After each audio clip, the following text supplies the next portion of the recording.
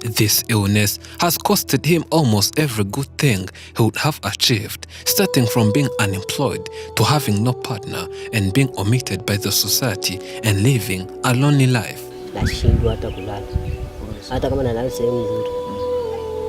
His whole body is full of small tumors, plus this big one. He has what looks like kyphosis with a hunchback, making it difficult to do anything and more difficult when sleeping.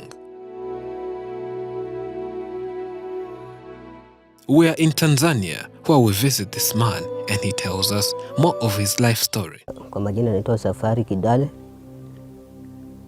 Nimezaliwa Galapo. Safari was born in a family where he was the only child with no sibling and no besties.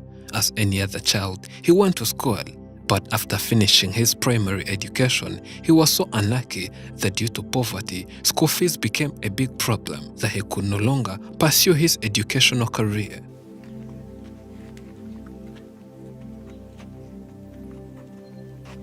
He was born with this illness, but when he was still young, the condition was not worse like it is today. The more he grew, the more the condition kept becoming terrible, that he found his whole body full of almost 100 small tumors, and this big one here. My mom told me that I was born like this, with the condition and this big tumor here on my left side. But for me, I started noticing that I had this health issue after turning 17. And that's when I realized that I was disabled. And after my health condition started showing signs that it could get even worse, there was no much effort put in to stop the illness, like maybe taking me to hospitals and getting some medical attention. He believes that if he was taken to hospitals during his teenage years, since that's when he noticed he had some body deformities, maybe there would have been some improvement.